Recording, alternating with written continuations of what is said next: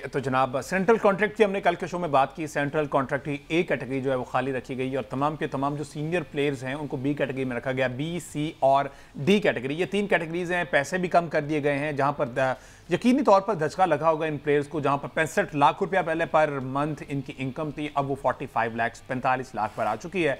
और खिलाड़ियों की तादाद बढ़ा दी गई, 30 खिलाड़ी, 3 मजीद ऐड करके 27 से 30 कर दी गई है। और पीसीबी की जानिब से तो एक अच्छा इनिशिएटिव लिया गया है कि हमने यंग टैलेंट को प्रमोट किया, यंग टैलेंट को भी सेंट्रल कॉन्ट्रैक्ट में शामिल किया। लेकिन एक्स क्रिकेटर्स जो हैं, सीनियर क्रिकेटर्स जो हैं, वो इस पर तनकीद करते हुए दिखाई दे रहे हैं। मोहम्मद हफीज की अभी रिसेंटली उन्होंने बात की है सेंट्रल कॉन्ट्रैक्ट को लेके।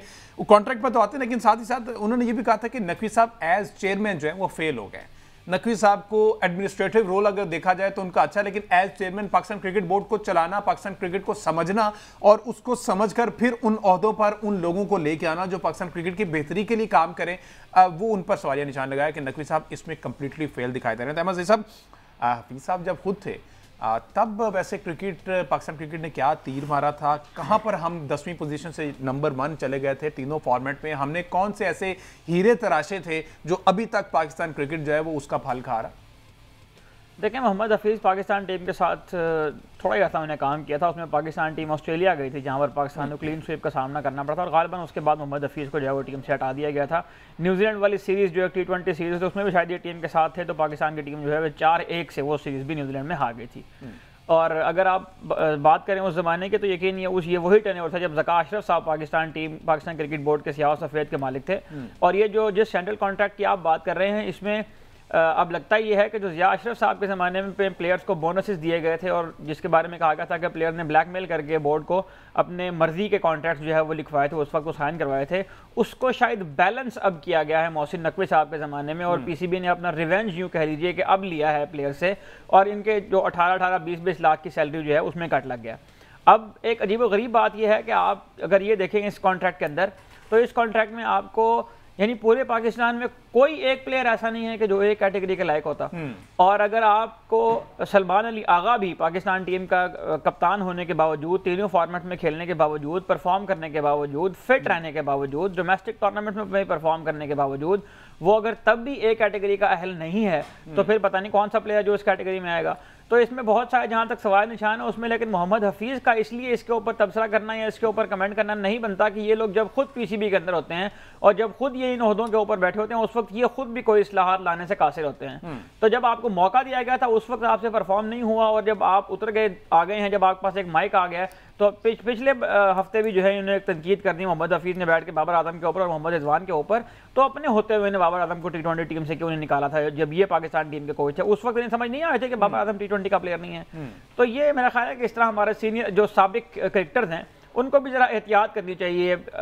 वसीम अकरम साहब और कामरान अकमल साहब जो हैं 2 साल तक ये कहते रहे हैं कि बाबर आजम को नहीं होना चाहिए T20 टीम के अंदर, और कल जब वो कैटेगरी से बाहर हुए तो फिर वो उनके साथ हमदर्दी करने का इजहार करने के लिए आ गए। तो पता नहीं कौन सी ऐसी सडन चेंज आती है इनके जहनों के अंदर के पहले जो बयान दे चुके होते हैं बिल्कुल उसकी अगेंस्ट ही थोड़े ही अरसे के बाद बिल्कुल उसके अगेंस्ट बयान दे देते हैं। अच्छा चलें उस पर तो छोड़े ना मैनेजमेंट के वाले से, लेकिन अभी ये जो कैटेगरीज को लेकर बात की है मोहम्मद हफीज़ ने, ये बिल्कुल ठीक है। साजिद खान, नुमान अली, साउद शकील और शान मसूद की उन्होंने बात की है कि इनको सी और डी कैटेगरी में रखना बेसिकली इनके साथ ज्यादती है। उन्होंने बहुत ज्यादा सर्व किया और ये आगे भी ये कैपेबिलिटी है इनमें कि पाकिस्तान क्रिकेट को अच्छा सर्व करें। अगर रेड बॉल क्रिकेट की बात करें तो साजिद अली और नुमान जो हैं, साजिद खान और नुमान अली, उन्होंने बहुत ज्यादा सर्व किया और वो एक सीरीज इन्हीं 2 की बदौलत हम अगेंस्ट इंग्लैंड जो है वो हम जीतने में कामयाब हो गए थे।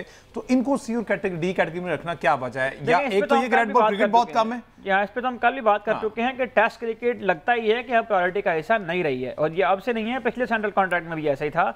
और जब प्लेयर्स को नहीं मिलनी टेस्ट क्रिकेट, जब वो खेलेंगे इन्हें पीसीबी के अंडर क्रिकेट ज़्यादा, तो फिर पीसीबी क्यों उनको जो है वो कॉन्ट्रैक्ट्स भी दे और क्यों लक्रेटिव किस्म की उनको वो सारी आसाइशें फराहम करे जो तमाम फॉर्मेट खेलने वाले ये बात मुझे समझा देंगे जो साथ ये कहा गया है कि टेस्ट और फर्स्ट क्लास क्रिकेट की अहमियत की कमी को ये इस डाउनफॉल की वजह कहा दिया है। फर्स्ट क्लास क्रिकेट तो चल रही है ना, वो एक तो प्रॉपर वो आपको रोड मैप दिया हुआ है, उसके मुताबिक पूरा सीजन जो है वो मैसेज होते हैं, लड़के परफॉर्म भी करते हैं और परफॉर्म करके जगह बनाने में कहीं ना कहीं कामयाब भी होते हैं। ऑल दो आगे प्लेइंग 11 का हिस्सा नहीं बनते, लेकिन कैंप्स का हिस्सा बनते हैं। नाम पर जो क़ायद आज़म ट्रॉफी हो रही है ना, बस वही चल रही है। अच्छा, और प्रेसिडेंट कप जो है वो ग्रेड 2 का वो भी पूरा लंबा जो स्केड्यूल आया था, पूरा शेड्यूल आया था, उस पर क्या अमल दरामद नहीं हो रहा? उसमें तो हर 6 महीने बाद कोई तब्दीली होती है। हर नया चेयरमैन आकर अपने नाम की तख्ते लगाता है, हर नया डायरेक्टर डोमेस्टिक ये चाहता है कि मेरी मर्जी के टूर्नामेंट्स यहाँ पर करवाए जाएं। और अगर आप ये चाहते हैं कि आपकी डोमेस्टिक क्रिकेट इंप्रूव हो या आपकी फर्स्ट क्लास क्रिकेट इंप्रूव हो, तो फर्स्ट क्लास क्रिकेट में खेलने वाले जो नीचे के एज ग्रुप्स हैं वहां पर प्लेयर्स की तैयारी कैसे होगी, स्कूल क्रिकेट कैसे ठीक होगी, अंडर 19 को कैसे मैच मिलेंगे, अंडर 17 को कैसे मैच मिलेंगे, अंडर 14 को कैसे, कभी आपने सुना है पाकिस्तान में कि अंडर 14 अंडर 17 के मैचेस हो रहे हैं? आज से 15 साल पहले आप चलिए 2009-10 की अगर आप सीजन निकाल कर देखें तो पाकिस्तान में स्कूल क्रिकेट का भी रिवाज था। स्कूल क्रिकेट पाकिस्तान में 2 दिन की हुआ करती थी। तो आप जब तक 2 दिन की स्कूल क्रिकेट वापस नहीं लाएंगे, एज ग्रुप्स की क्रिकेट को ठीक नहीं करेंगे, उस वक्त तक आप ये सोच भी नहीं सकते कि आपकी फर्स्ट क्लास क्रिकेट या आपकी डोमेस्टिक क्रिकेट बेहतर होगी। और ये सारे खुद जो लोग बयान दे रहे हैं, इनमें से मोस्टली वही लोग हैं जो इसके जिम्मेदार हैं।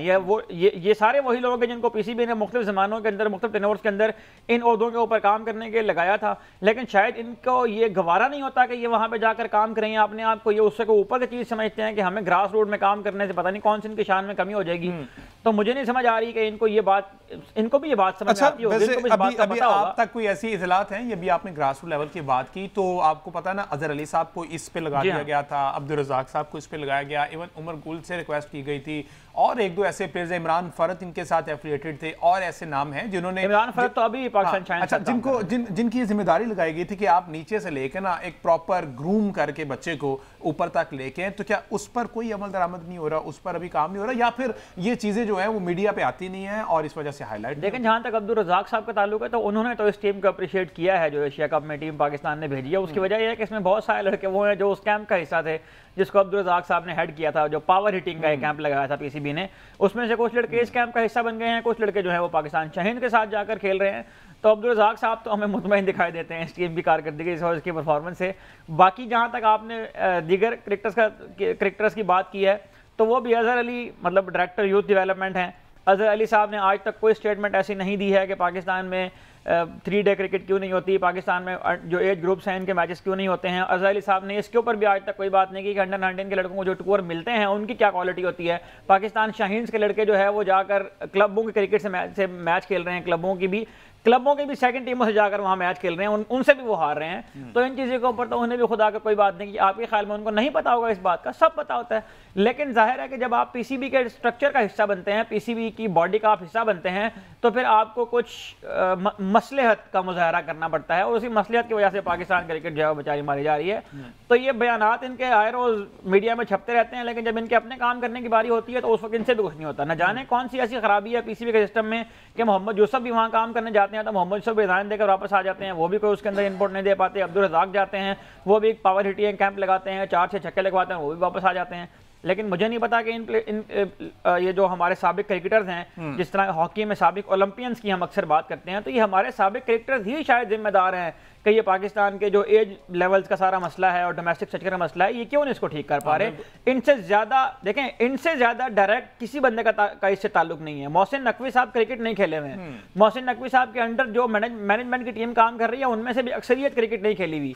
जहां तक मैनेजमेंट के काम करने का ताल्लुक है, उसमें कुछ ना कुछ मोहसिन नकवी साहब जाहिर है कि अपना जो इनपुट है वो देने की कोशिश करते हैं, और वो इससे ज्यादा क्या करें। तो कसूर तो ज्यादा इन लोगों का है जो क्रिकेट खेले में। अच्छा, जब से आप क्रिकेट फॉलो कर रहे हैं, आपने कभी आज तक पाकिस्तान क्रिकेट बोर्ड की तारीफ भी सुनी है कि इन ओहदों पर जो लोग बैठे उनकी तारीफ हो रही हो कि बहुत अच्छा काम चल रहा है, या हमेशा से तनकीद का इनको सामना रहा है?